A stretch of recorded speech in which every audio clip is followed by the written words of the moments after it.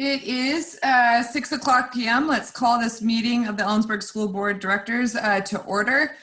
Just to let everyone know who is joining us, this meeting is being recorded. We are also having an exempt meeting at 7 o'clock, and that means that the board will be adjourning to a different meeting at that time and then returning back to this meeting. At this time, will you please join us in the Pledge of Allegiance?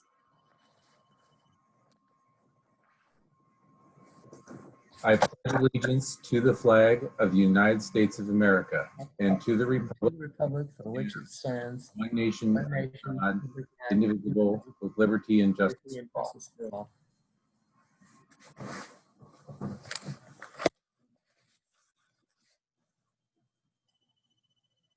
Thank you. At this time, I want to introduce the board members who are present. Tonight, we are joined by Hilda Pena Alfaro, Meg Ludlam, Jason White, Dan Schisler. I am Tasha Woods. We also have our student board representatives, Jaden Burrows and Olivia Berthen-Cook. Superintendent Haberer is present along with various district administrators. Board, we are at the consent agenda. I'll move that we accept the consent agenda as presented. Second. Dan has moved and Meg has seconded. Is there any further discussion? Then with a roll call vote, Dan? Aye. Meg? Aye. Hilda? Aye. Jason? Aye. I also vote aye. Consent agenda is accepted. Administration A is the naming of the new school committee. It's a presentation. It's the first one that we're going to hear. Yes, so board, we are super excited. We had an amazing group of people come together to do some brainstorming around possible names for our new elementary school. And I'd like to share a picture with you. So the picture that you see on the left is the new Mount Stewart. And if you haven't had a chance to go out there, we want to try to arrange some tours for you. The steel is going up. I think their goal is to get the walls and everything up before winter hits. And then we took our folks that are on the naming for the new school committee out to the Mount Stewart site. And then over here, we actually went out to the new school site. And you can see they're starting to get ready to lay concrete out. And it was just super exciting to see the new construction and be able to bring this committee out. And like Trisha D was also on the design committee way back last year. And it was super exciting, I think, for her as well as for me to think these are really happening. Like these schools are going up and it's just going to be a wonderful opportunity for our students. And so I have invited two of the members of our naming committee, Nate Bradshaw and Sia Aronica, who are both Morgan Middle School teachers. And we just learned so much. It was wonderful about the amazing history that we have here in Kittitas County, especially in this area of Ellensburg in the Valley. So I would invite Nate and Sia, if you guys would like to actually we'll unmute and feel free to start out with, we went through, let me talk a little bit about the process. We went through a process of brainstorming different names, went into small groups, kind of brainstormed about, about 8 to 10 names. And then in that meeting, we kind of pared it down to 4 or 5. And then when we were out on the site, it was great to actually be at the site of the new school and kind of get a feel for the surroundings. And from that experience, the committee was able to narrow it down to 3 different names. So those are the names that Sia and Nate are going to present to you. So I'm not sure who wants to go first. Nate, are you going to share first, or Sia? Either way. Ginger, Yes. we're going to also have Andy Cavanis. Andrew Cavanis is also going to share our third name option. So there's 3. Wonderful. Awesome. Go ahead, Nate. Is there a way I can show? I've got a picture that I wanted to show. Is that doable? If you make me a co-host, I Yes. can throw my screen up and we'll Yep. be good. I'll do that. Oh, let's see. Matt, can you do that for him? Yes, I can. I'm just Okay. looking for his name in the list and I'll make that adjustment for you, Nathan, and let you know as soon as that's done. He's right under Tasha's name. Okay, you have been made a co-host. You can now share your screen. All right. One of the school names that we came up with and a lot of the members liked was Chief Alhai Elementary School. I'm going to talk to you a little bit about who Chief Alhai was in case you are unfamiliar with him. This is a sketch of Chief Alhai. Chief Alhai was the second son born to Chief Weewick, chief of the Pishwanapum tribe of Yakima Native Americans. The Pishwanapum tribe you might know as the Kittitas Band that lived in the valley that we live in now. He was born between 1780 and 1800. Legend has it that Weewick was of celestial lineage. Long ago, Yakima woman made a wish upon two particularly bright stars 5 nights in a row that the stars would be their husbands. Story goes that they did become their husbands. One of them had a child with the stars, and upon returning to Earth, this child became the lineage of Chief Weewick and ultimately Chief Alhai. This celestial lineage served Chief Alhai through life. He needed this guidance because he lived when Euro-Americans were coming in a great number to his traditional lands. Chief Alhai and his older brother Ti'as were responsible for the Kittitas Valley and the lakes and mountains at the source of the Yakima River when their father passed away in 1808. Through the time of him getting chieftainship in 1808 to his untimely death in 1858, Chief Alhai was progressively traditional. Chief Alhai frequented the Hudson Bay Company forts along the Puget Sound, purchasing seeds for gardens and cattle for beef, not traditional things for the Yakima Native Americans in this area. He was actually quite well known in these forts. In fact, when white settlers first came to the valley, they noted the amount of cattle living in the hills. Also, Chief Alhai used these seeds he purchased to plant a garden in the Weenass Valley and traded bushels of potatoes to wagon trains in the fall of 1853. He was a man who was willing to try new practices to help his people survive. Alhai also sought the new religion for his people. In the late 1840s, Alhai sought and had a mission built in the Kittitas Valley, the Immaculate Conception Mission built along Monastash Creek. Though short-lived, Father Charles Pandosi brought a new religion to Chief Alhai and the Pishwanapum people. He was willing to bring new ideas to his people and hopefully new powers was the idea at the time. The year 1855 drastically changed the life of Chief Alhai, the Pishwanapum, and all Native American tribes in southeastern Washington. It was during this year that treaties put many tribes on reservations. Chief Alhai was present at the 1855 Walla Walla Treaty Council with Territorial Governor Isaac Stevens and voiced his concerns with signing the treaty. He told Governor Stevens, "Shall I give the land which is part of my body and leave myself poor and destitute? Shall I say I will give you my lands? I cannot say so. I am afraid of the Great Spirit. I love my life. I have one more word to say. My people are far away. They do not know your words. I cannot give you an answer now. I show you my heart. This is all I have to say." Ultimately, with the threat of the Yakima River running red with their blood and the Yakima people being wiped from the face of the planet, Alhai and others signed the treaty. To be a signer of such an important document shows that he was very well respected amongst his people, and he was also a man whose people looked up to and trusted him to speak for them. Chief Alhai met an untimely end in 1858 due to a mistrust with Colonel Wright.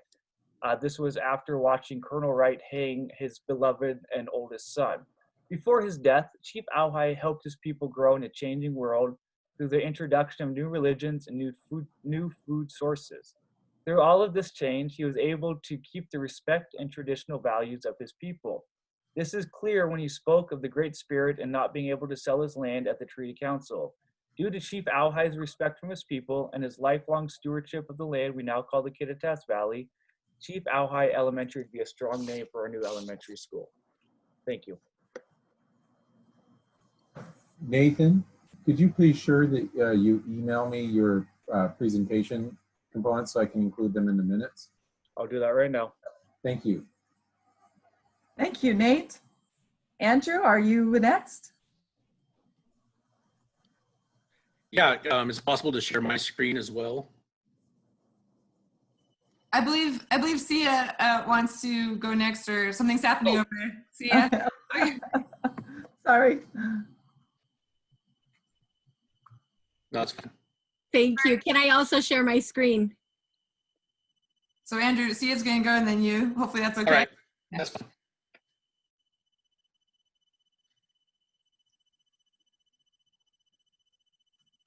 So am I able to share my screen? And Matt, Sia is 2 down from Nate.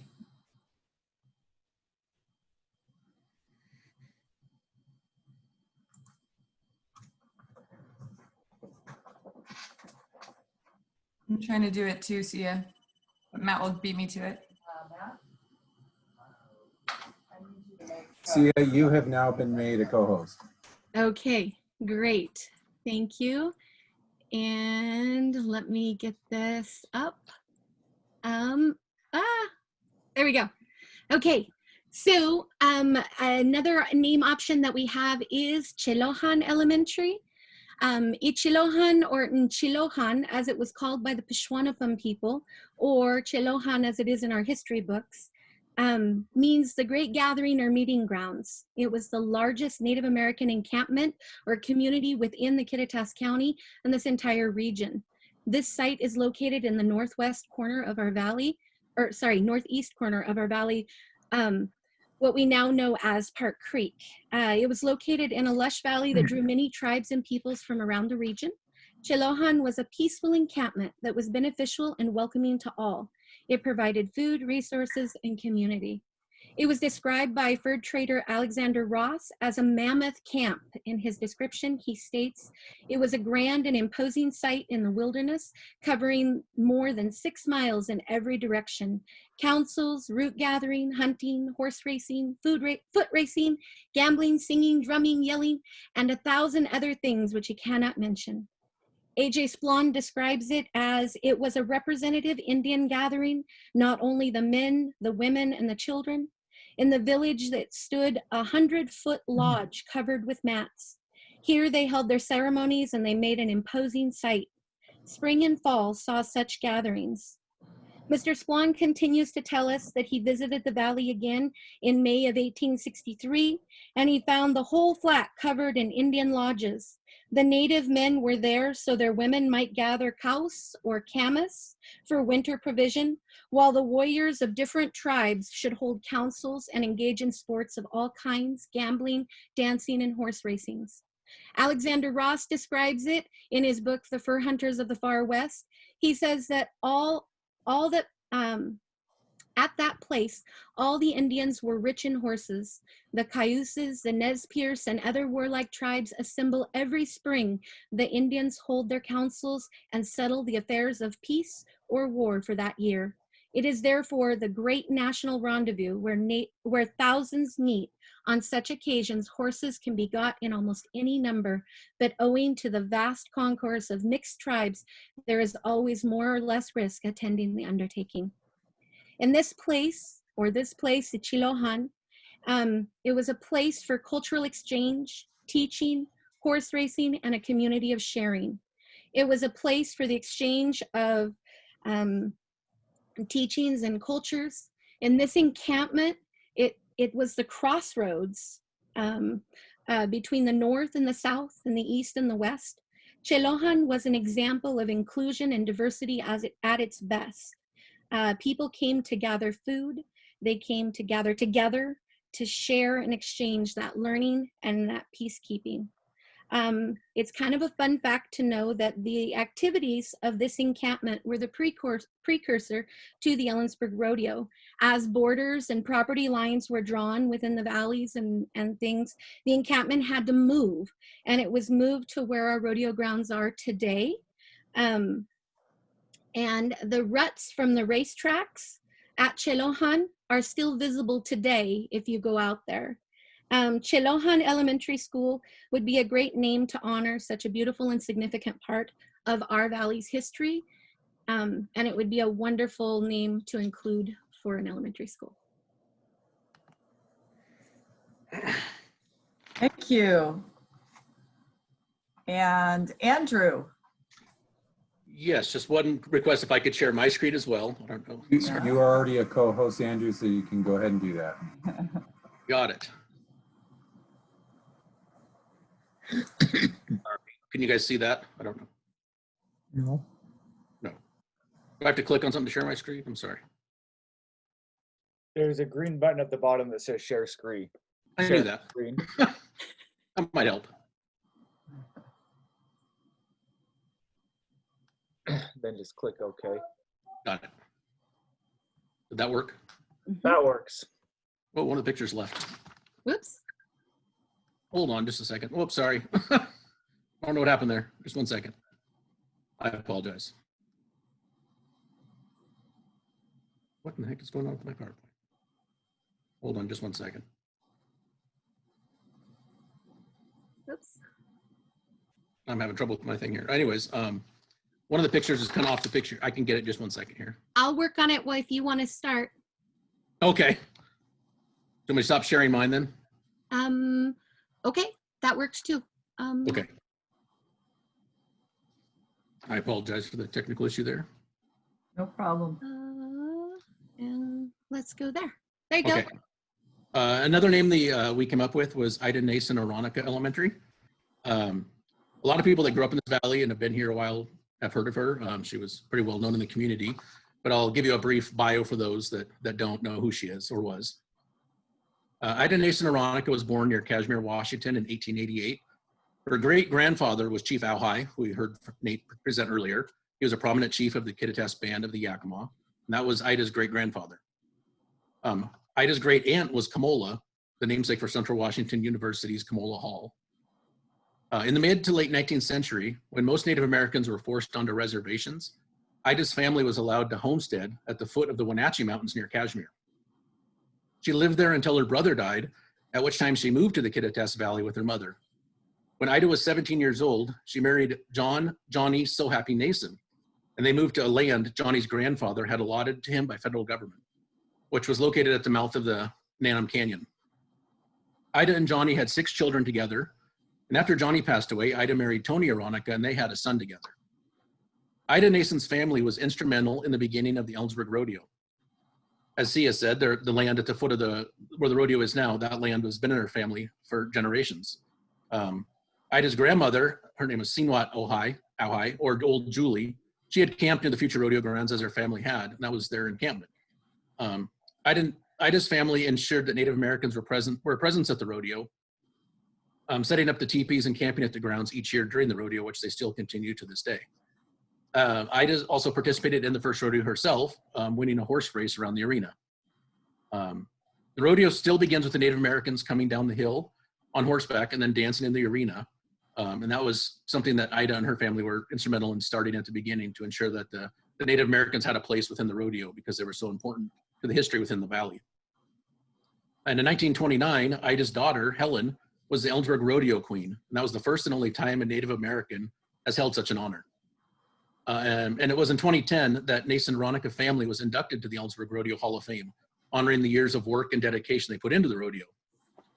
Aside from the rodeo, Ida Nason Aronica was a storyteller, helping to pass along her family's traditions and legends to future generations. She frequently spoke at museums and historical gatherings, retelling her life stories and sharing her history.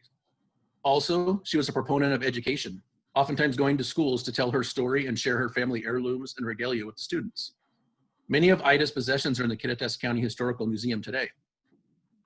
Ida lived to well over 100 years old, working hard to preserve her culture and heritage while remaining active in her community. She was a member of the Moose Lodge and attended civic events frequently throughout her life. She also was a well-respected, kind, and dedicated person, one who cherished the valley in which she lived, and one who worked to preserve her stories for generations to come. Naming the new school Ida Nason Aronica Elementary would honor her legacy and pay respect to the true first settlers of the Kittitas Valley. Thank you. And again, if that entire presentation could be shared with me so I can add it to the minutes, that'd be greatly appreciated. Sure. So you can see we've got some amazing names that reflect this very rich history that we have in Kittitas County and in the Valley. So we're going to meet again as a committee and we'll bring to you the process. But I think we're getting closer to be able to make a proposal to the board.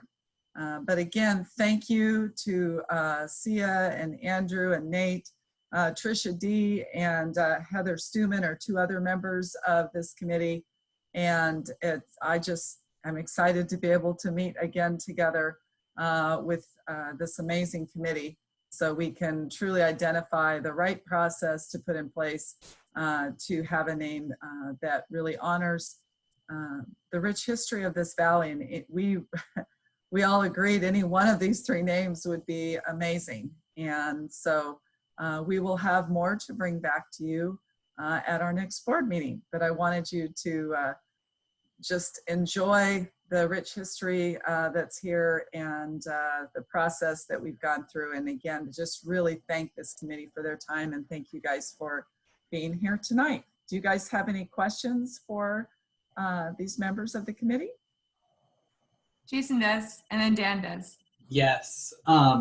I want to thank the committee. This is so exciting, and I'm thrilled of the three things that you brought forward. I will admit, as a white male, that to my knowledge, that has no Native American or Indigenous ancestry, I do really want to make sure that we're culturally appropriate in our decision making if we move forward. So while I think this sounds great, and I'm sure this committee is already on top of this, I would think it would be really helpful to have the history of how either Yakima Nation or how that's been represented to really, I would hope that we would really want to make sure that we are truly honoring this, and we'd want to make sure that culturally this would be an honor. It's not just from our, or I'll say from my perspective, like, wow, what a great way to honor these wonderful people or this place of history. I'd also want to make sure that that's culturally appropriately and viewed that way from our Native Americans as well. So thank you for your work. Can't wait. I'm so excited about this. This is great. Dan? Yeah, I thank you too. It's neat to really get the history back that far and have it be that valuable to what we have here. But I'm wondering if this is something that we can put out to, I don't know how to go about doing it, but put it out to a vote of the kids or a vote of the people or a vote of something so that we can have community input also. If I appreciate that, Dan, that's what we're going to meet together to determine like what would be some of the next steps to be able to get input into that. So, yep. Okay, That's cool. exactly what we'll be doing. We'll be talking about what that process would look like. All right, thank you committee for doing that work, and thank you for coming tonight and sharing that with us. We are at the superintendent report. Yes, so let's see here. There it is. So just want to share, I've been able to spend some great time in schools, and great really does happen here in ESD. Spent some wonderful time at Lincoln. Was in Mandy Lorenz's room in particular, and I had a chance to sit next to one of my little friends there, and he was telling me his story about his pumpkins and how one had sat out a little too long and how his dad had to get rid of it. But he was pretty excited about it, and it was just such a joy to be able to, the students were so excited. They were writing their stories, drawing their pictures. They're excited to share it with me and Joanne Duncan was there as well. And Mandy was sharing with me some of the work she's done around that writer's workshop. And, you know, while I was here, Mandy was over in this corner with, you know, the mask and social distancing, meeting with a small group. So it was just brought a lot of joy to my heart to see the kids really engaging with their writing. Because I think that writing is one of those skills and one of those core areas that sometimes is a little harder to get students to do without having them in person, especially at the younger ages. And then I had another chance to see a teacher in action who was doing the virtual academy, and she was doing a counting lesson, and she kind of had her, I think there were little cats or little pumpkins that she was counting, and the kids were counting with her, and it was good to hear students were engaging with her. Then Mrs. Foley, she was talking to me. She's standing outside. She had her students draw pictures and learn about neurons in your brain.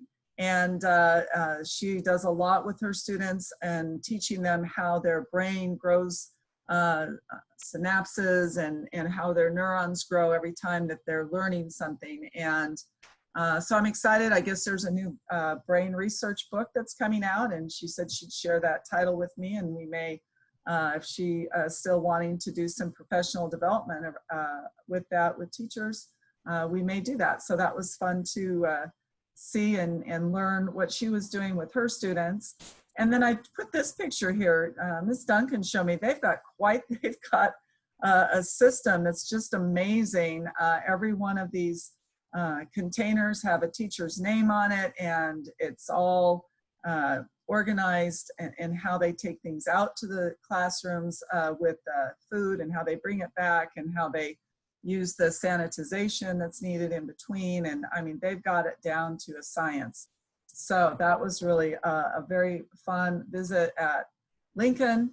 And then I had a chance to be at Morgan Middle School, and this little picture down here, they have students in the commons area to get extra help. And they had different folks working with kids that needed extra help here.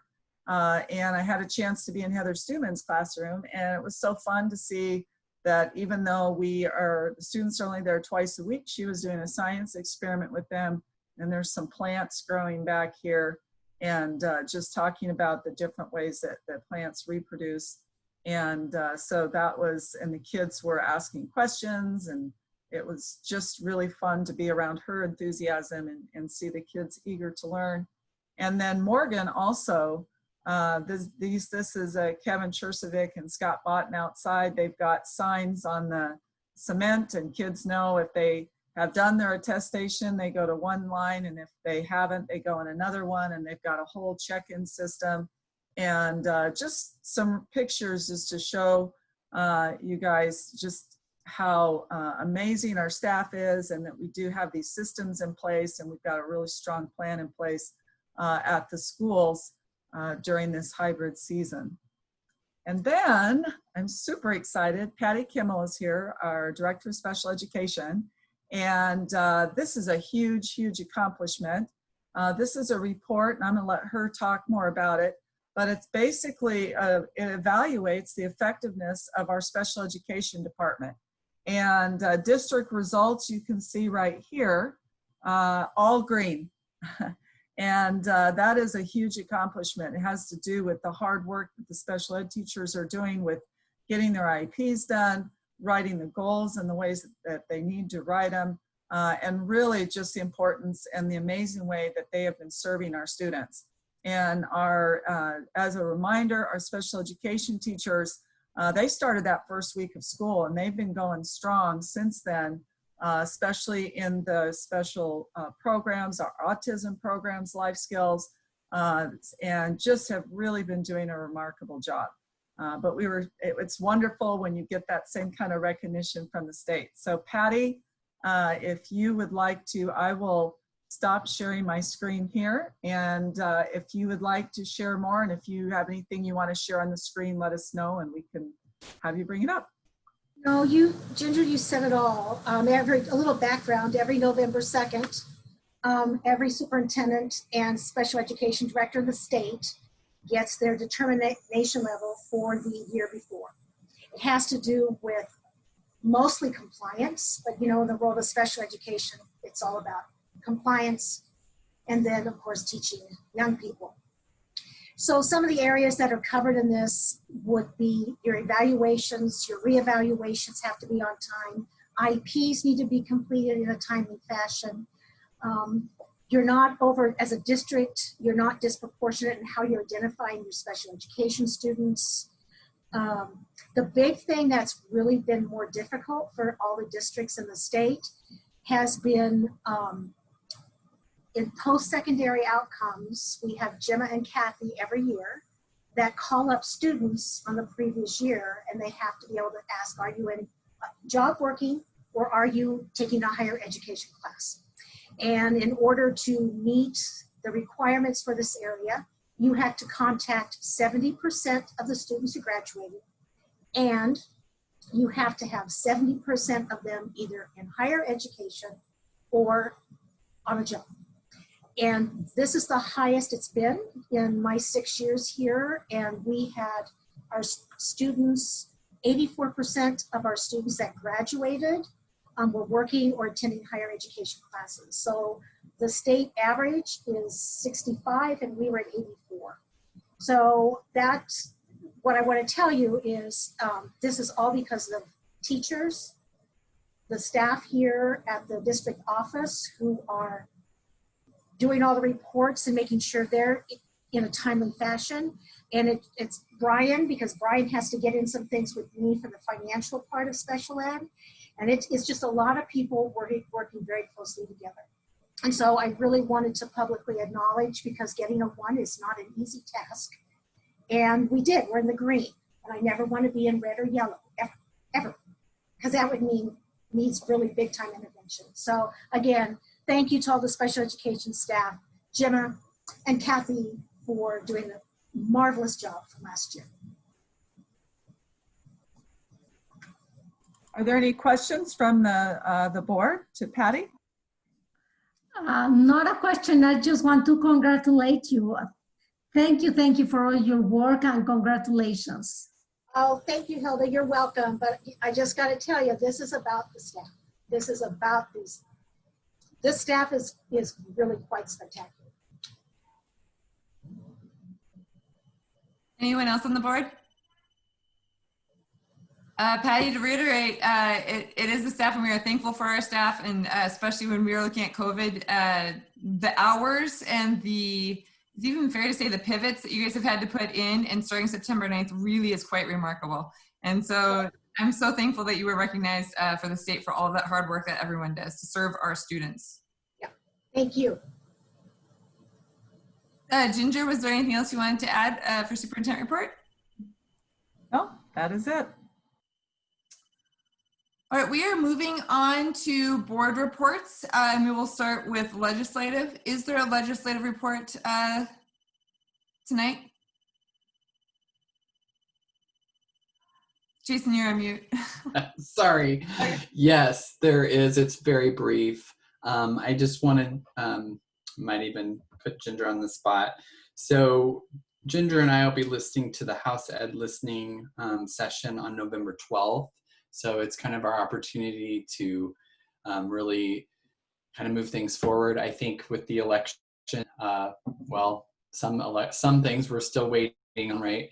I think once that's all settled, it will gear things up so that we can start moving forward to push really what are the priorities for for our school board as well as other school boards across the state. Also, those priorities were announced. I think all board members, I think you got a copy of that, of the priorities.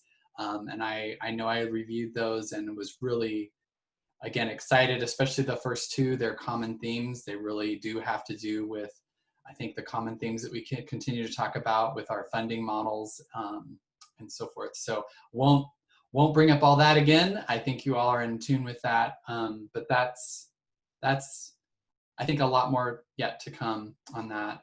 Ginger, was there anything I missed that I know that you had? Okay, yeah, I think that's good. Thank you. Thank you. Early learning, Dan, is there a report? Dan, you're on mute. Too. Yeah. Seems like a common problem. A couple things. Actually, the Early Learning Coalition is going to have another book giveaway, and it'll be November 18th, which is Wednesday, 2 weeks from now. And it's at noon, starts at noon. It's at the south parking lot of the Catholic Church, St. Andrew's Catholic Church. And it's for kids birth through 5 years old. So if anybody has kids in that age range, go down and get some books, get some toys, some tools for them. And there's also a YouTube channel that's basically my name, as you can see down there. That's the channel, and it's got, I did readings. There's about 200 readings in there now. There's, and they're categorized K3, 6 to 8, and 9 to 12, and adult. And the 9 to 12 ones include things that Mr. Bicchieri gave me, a bunch of history things and speeches and things like that. And I just categorize them as adult also. The Constitution's in there, reading about the Pledge of Allegiance, and a bunch of other things, some poetry. Anyway, please use it. It's there for, there's no cost to it or anything. So that's available for everybody. And the other thing, well, another thing that I wanted to talk about is the Ed Foundation. We have a group, the Ed Foundation is a group that helps the kids of the district do some things that we as a district aren't funded for, that are not part of our bailiwick, basically, things that we can't really do. And one of the things that they do is provide sometimes clothing, boots in the winter, or winter coats, or sometimes a calculator for a kid who can't afford one, things like that. That's a program they have called the Caring Cupboard. And they do also provide mini grants for teachers. Those are things that the teachers can write a small grant for to help them in the classroom. And there's been several dozen grants given out to teachers to enhance what they can do in the classroom. Then a couple things about that. One of them is usually in a normal year, which we're not in, the date for submitting the grant request is November 1st, but they've moved that back to January 20th. So those teachers who have ideas about what they would like to get for classrooms, or somehow to enhance what they can do for their kids, think about writing a grant to turn in by January 20th. So you'll have a little extra time to settle down into the situation we're in right now. And the other thing I wanted to say about that is that in order to pay for the Caring Cupboard and the mini grants, usually we have a Super Bowl warm-up party that happens the night before the Super Bowl. And that's not going to happen again because of a weird year.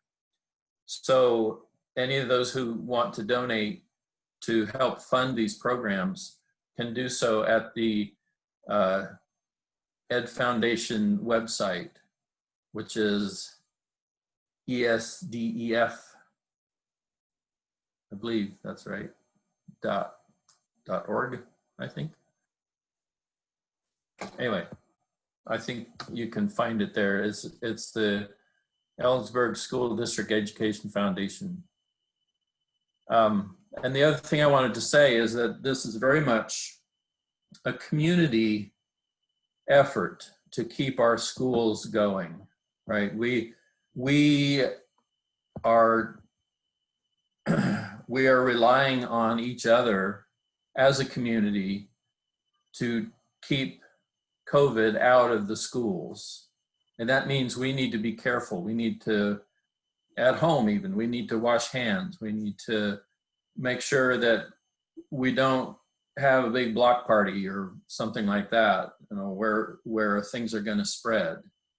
It's really up to us as a community to make sure our schools can stay functioning, can make sure our kids can be going to school instead of just being online. So I'm just urging us all to continue to be careful about that. No, we've just heard that there's not been any transmission in the schools, which is wonderful. There's been some on campus at the college, but not here in our schools. So I'm just urging us to stay diligent and keep working on that. That's all. Thank you, Dan. As a board member and a community member, you are busy, and you are the liaison for our early learning and the Ed Foundation. And then you go above and beyond outside of the school board, and then you record a YouTube channel. So you are busy. Thank you. We do have a student report tonight, I believe, from Jaden. Yes, so unfortunately, Olivia can't be in attendance tonight due to some family matters, but we have had another student senate meeting, and we are now picking up where Mackenzie and Amethyst left off, and worked with the activities coordinator, Mrs. Neboychuk, to send out a survey regarding cell phone use and how we can help students limit the distraction that is their cell phone to focus on their school and their classwork when that time is necessary. And so we'll be looking to get results from that, and then hopefully that can serve as a guide for our next steps moving forward. And that's about all that we have tonight. Thank you. That's exciting. For teaching and learning, I just want to reiterate that I was thankful for Director of Teaching and Learning to come and give us such a in-depth report on what is happening in our schools. And my four children are in virtual academy, and what Jennifer Kuntz presented tonight, right? It was a lot on the scheduling and the content. What I've been thankful and interested in watching my young learners navigate is that they're learning some really strong life skills this year that they might not necessarily have been able to do in a traditional school setting. And so this year, right, they're having to set their own schedule, and they've had to learn agency, and they've had to learn how to stay focused and set those habits. So although our Director of Teaching and Learning couldn't get into that, it's nice to know that both those things are happening within our district this year, and that there's always those silver linings in it. Board, we do have an exempt session, and I don't believe I have to, an exempt session, and it will probably go for an hour. So for those joining us in the meeting, that means that the board is going to adjourn and go to a different room, a different Zoom meeting, and we will not be here for, is it fair to say, I'm looking at Superintendent, are we fair to say 60 minutes, at which point we'll come back in this room and someone will either say that we're extending our exempt meeting, or we will all be back here to resume that meeting. When we do come back to resume that meeting, we will start at agenda item 8A, public comment. So board members, that Zoom meeting for the exempt session is in your Gmail or your email. All right.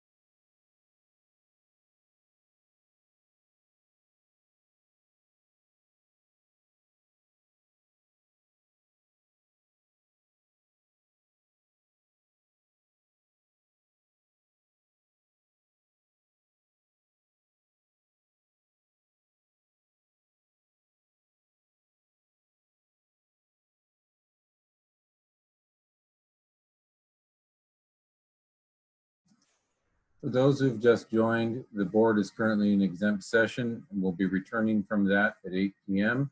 and moving on to the public comment time period. Sign up for the public comment can be found in the chat box. It's a link and you can sign up through Google Forms if you're interested in doing so. Again, the board will be returning from their exempt session at 8 p.m.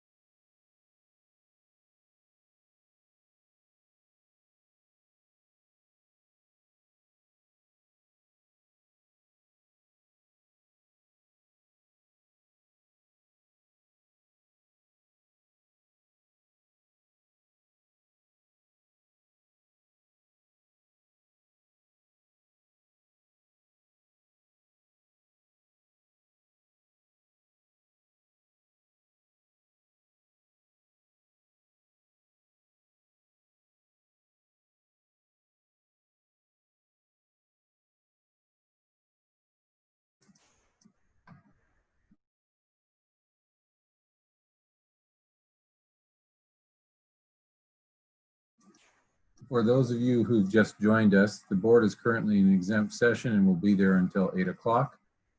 If you're in, and upon their return, we'll be going into the public comment period of the board meeting. If you're interested in making public comment, you can sign up by accessing the form that is in the chat box. Just click on that link and it takes you to a Google form that you fill out. Emails are always accepted by the board at any time at board@esd401.org. Thank you.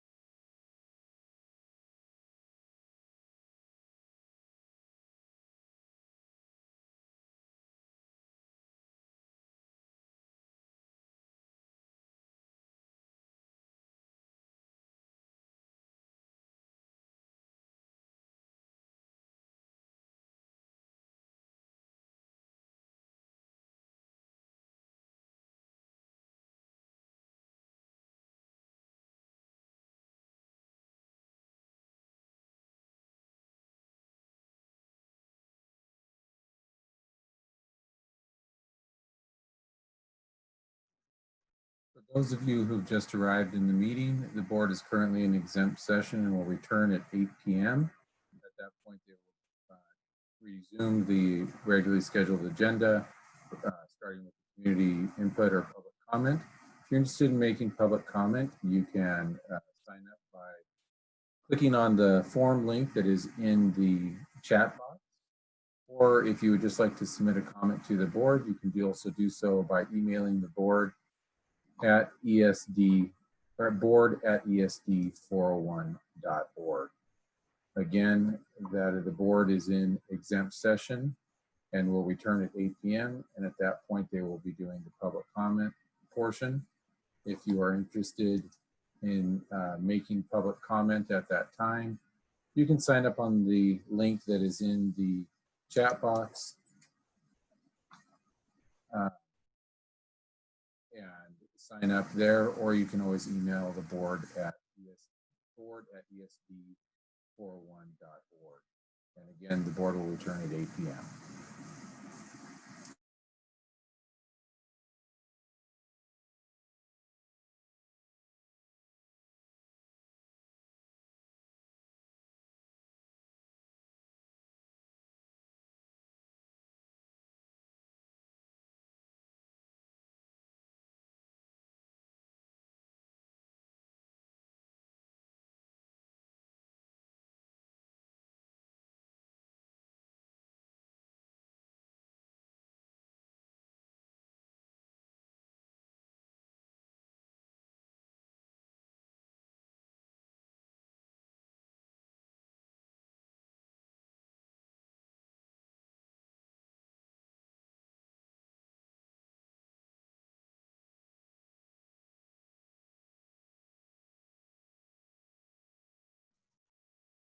Again, for those who have just joined the meeting, the board is currently in exempt session and will return at 8 p.m. And at that point, we'll begin the public comment portion of the agenda. If you're interested in signing up for that, there is a link in the chat box and you can sign up there.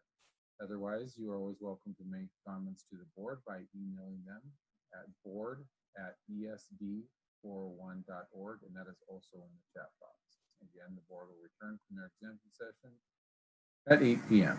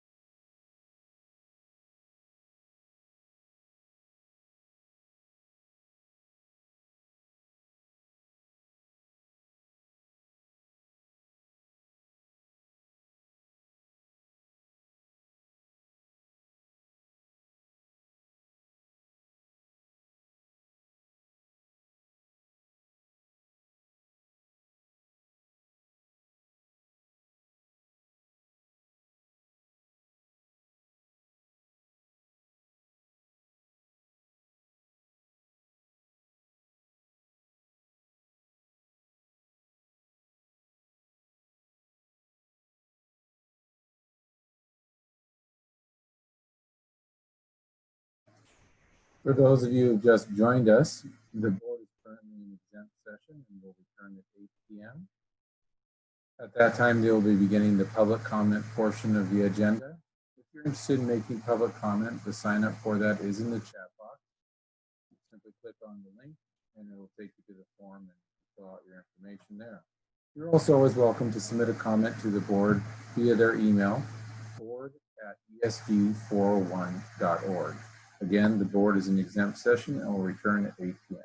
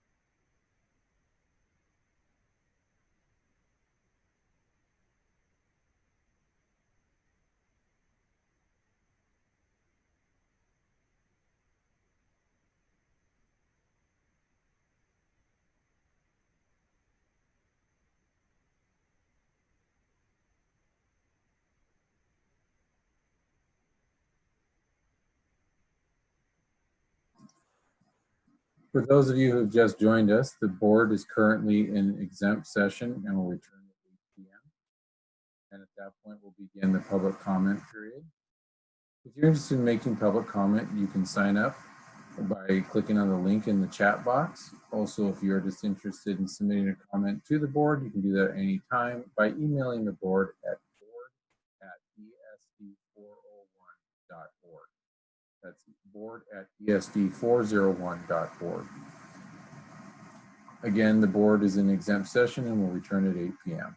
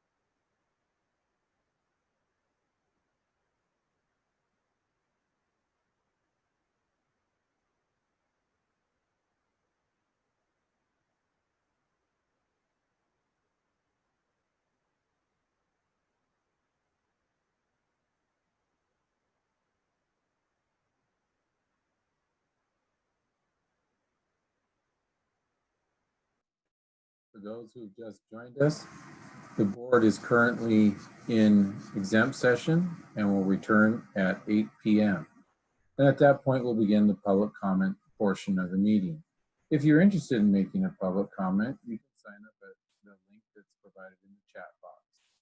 If you are just interested in making a comment at any time to the board, you can do so by emailing them at board@esd401.org. And that is also in the chat box.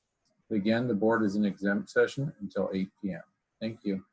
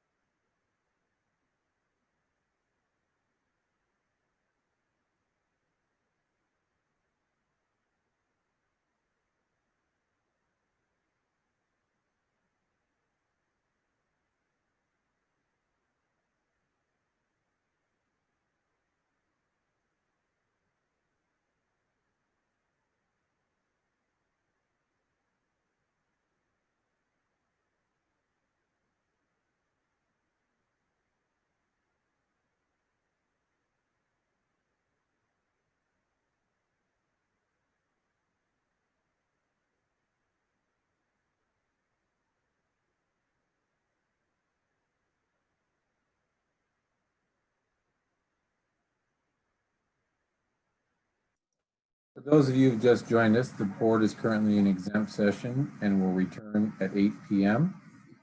If you're at that point, they'll begin the public comment portion of the meeting. If you're interested in making a public comment, you can sign up by clicking on the link that is available in the chat box. Or if you just want to submit a comment to the board, you can do that as well by emailing them at board@esd401.org.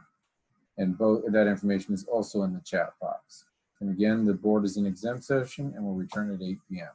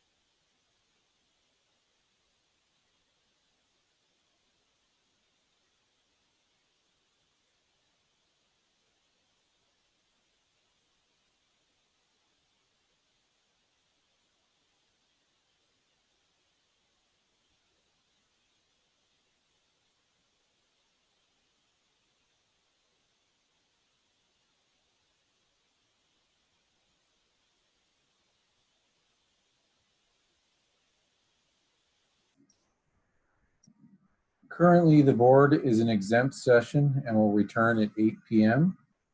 At that point, they'll begin the public comment portion. If you're interested in making public comment, you can sign up by the link that is found in the chat box. Or if you're interested in emailing the board, you can do so as well at board@esd401.org, and that is also in the chat box. Again, the board is in exempt session until 8 p.m.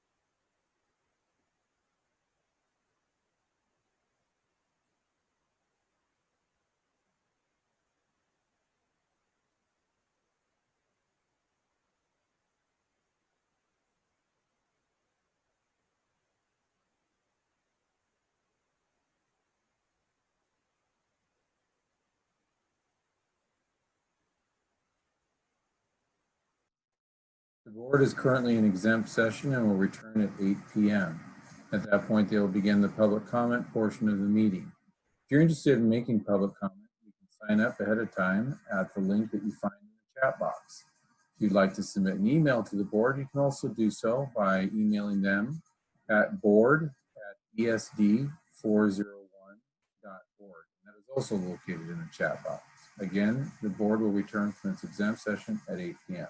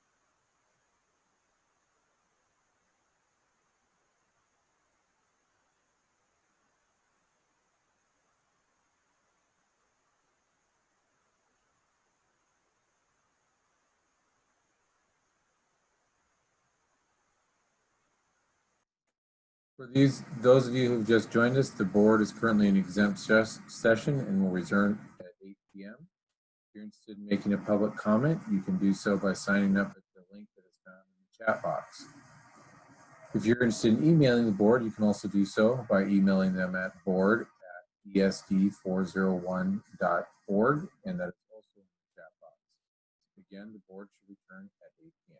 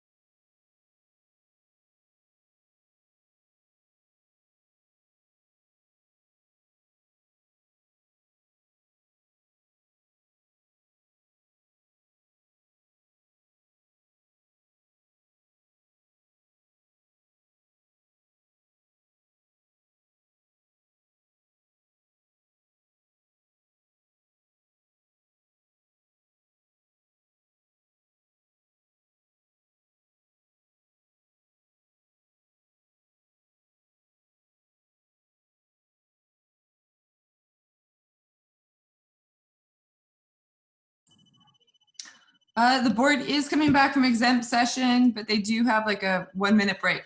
So they are coming through the Zoom hallways back.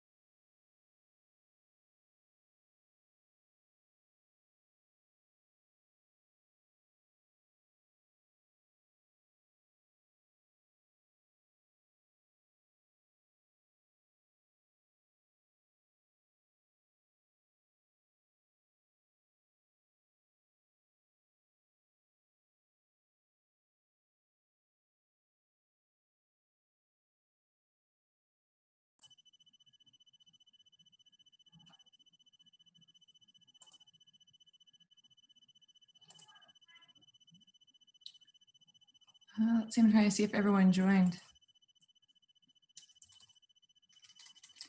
Jason is back and Dan is back. Meg and Hilda. Okay, so it looks like everyone is back. Give me just a minute while I provide them with access, please. Thank you.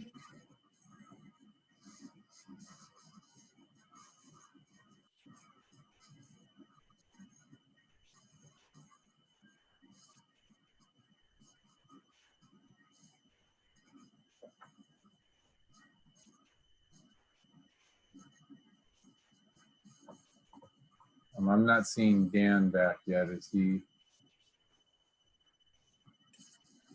Oh, there he is.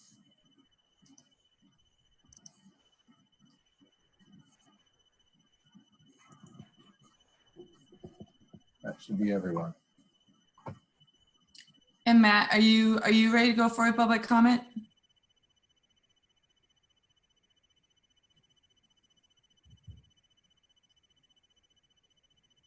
Matt. Just one moment, please, while I get it set up. Okay, thanks.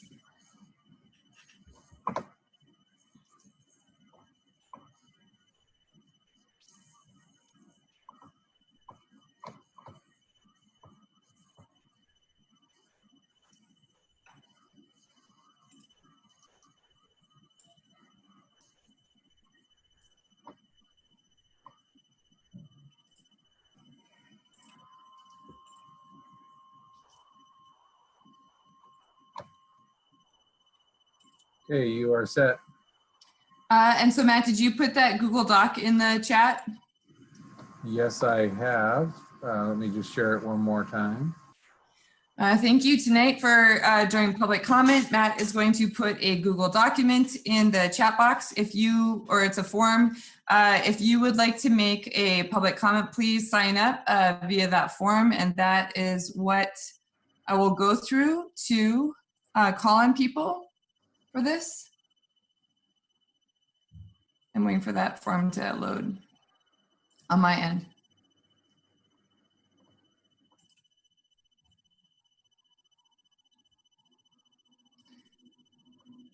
So Matt, I don't have access to the spreadsheet with that. So can you just send me? I am not actually seeing anyone signed up for it. All right. Well, how about before I read the monologue, at this time, let's give people, what, is it fair to say 30 seconds? That's what we did last time? Sure, I'll put that up.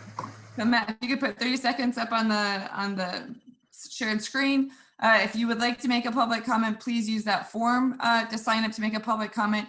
You may also always send an email to the board at board@esd401.org.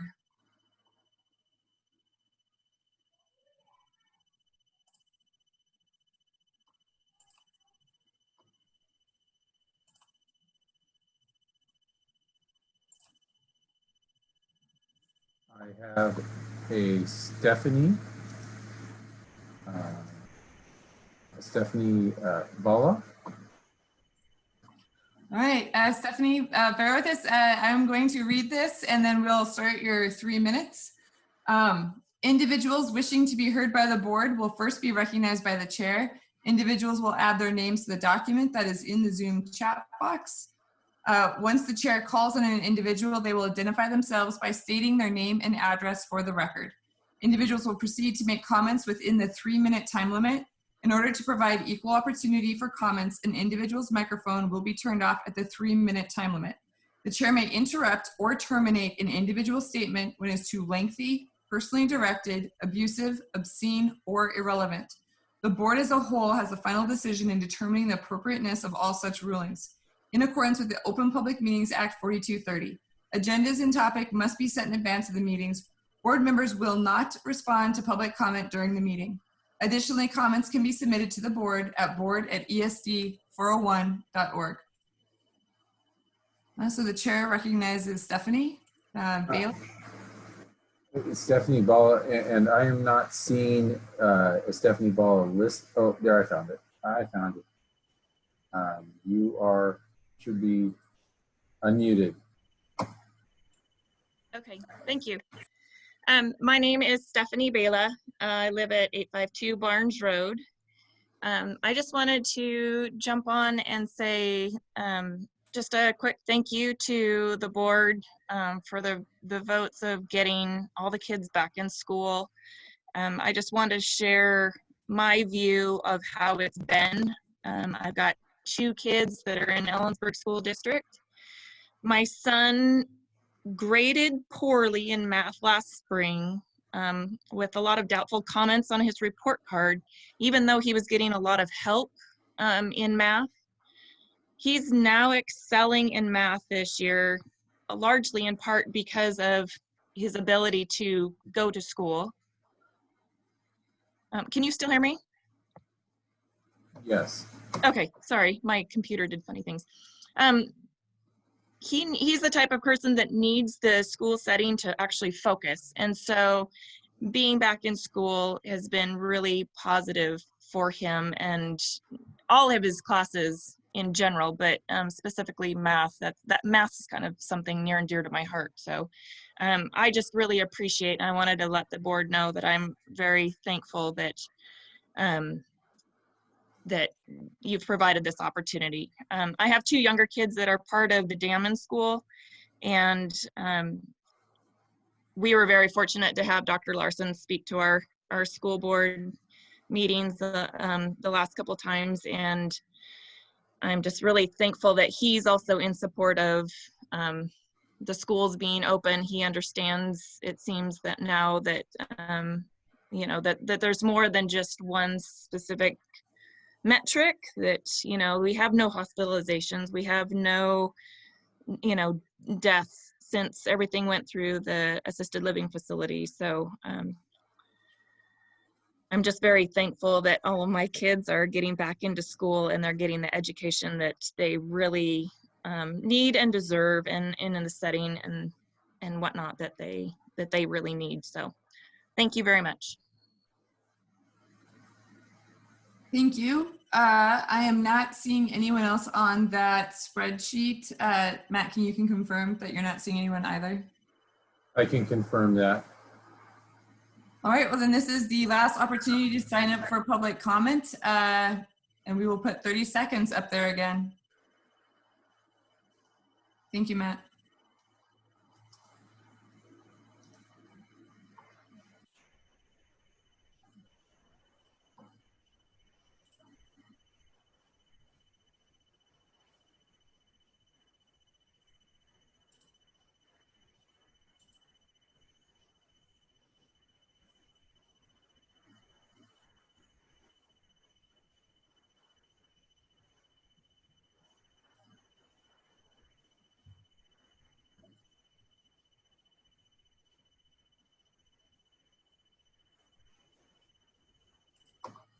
All right, at this time, we are closing public comment and we are moving on to 9A, proposed items for future consideration.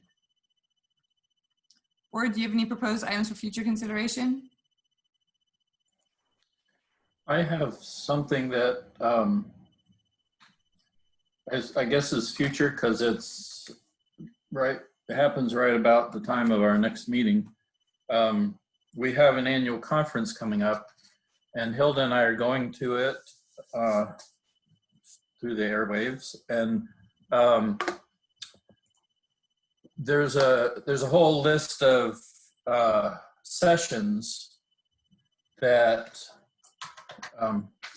they're going to have, and we've both looked at them and thought about which ones we wanted to go to. But I wanted to get feedback from the rest of you to see if you want to look at the sessions that are listed on the schedule and see if there are some that you think our district could benefit from.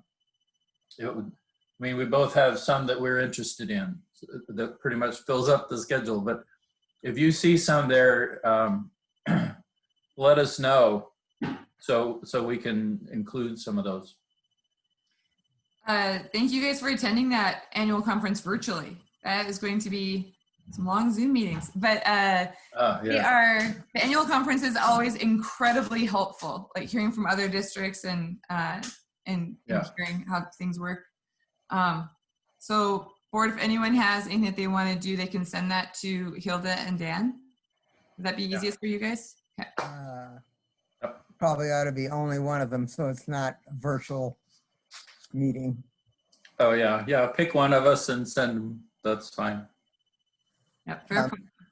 I also want to thank, I think, Dan and Hilda for, I believe you attended the regional meeting, and it might be nice to hear if that was, if any came out of that in the future. So this is future consideration. Yeah. Report on both together. Okay. Okay, maybe we can do a little talk about that next time. Okay, so we'll add that to the agenda and update on the regional meeting. Okay. Hilda, I think you're on mute. I was one missing. Maybe I can prepare a little presentation about the sessions that I attend and summary of what happened in the last one. I'm happy to do that. Oh, good. Thank you, guys. Was there any other proposed items for future consideration? All right. Do we have a board calendar clarification? Hey, Tasha, I Yeah. think it kind of blends into both of these. Yeah, I may have just missed this somewhere, but in our study session, I thought there was a topic we were going to just continue the conversation about. Policy. What's that? We had policy and equity on there. Yeah, the equity. And so I'm assuming that's on there, but just want to make sure that, yes, we keep moving. We're all excited about that. So yes, yeah, my understanding, right? The two items that we didn't get to in that study session that we ran out of time, we're going to move those right forward and keep them on that agenda for the next study session. Great. Thank you for clarifying. Thanks. Yeah. We're moving forward. My item is related as well to equity and to both future and calendar, which is that that education week in our e-clippings or spam or wherever, promotions, excuse me. Anyway, they're giving an equity webinar tomorrow at 2:00 in the afternoon, and I probably would have gone if I were available, but I'm not. I don't know if anybody else saw that or was interested. There's a lot of good stuff that comes through there. Opportunities. The lots of opportunities. So if someone can attend, that would be great. And we do have equity work moving forward and substantial equity work that will be reported on. Unfortunately, we didn't get to that in the study session today. There is a session in the annual conference that is called Leading for Equity that I'm planning to attend. So Oh, that's it. several I had about mine. equity and inclusion that I'm planning. Oh, I think it was. Yep. Yeah. Great. Okay, we do not have an executive session. We did board calendar, so clarification and next steps. My clarification, right, for the agenda is that we are moving forward those 2 items directly onto the next study session. Was there any other clarification and next steps? Nope. Okay. The usual signing of the official documents where Matt has to herd us like cats and we drive him crazy. Yes, and I do have documents that need to be signed. So we all need to get into district office and sign those documents. And I have not been doing that because I wasn't doing it all summer and nothing went wrong, and also because I'm high risk from age and health status. So if you need me, ask for me, but I'm not doing it voluntarily. And I'm sure we can make arrangements too, Meg, where we could come in. Yeah. Well, there's Thank actually you. a policy about electronic signing that we might consider adopting sooner rather than later. Oh, see, I'm sure it's in that policy stack. That look forward to it. It's on that next study session. All right, you guys, then with a thumbs up or everyone at the same time. All right, this meeting is adjourned. Thank you.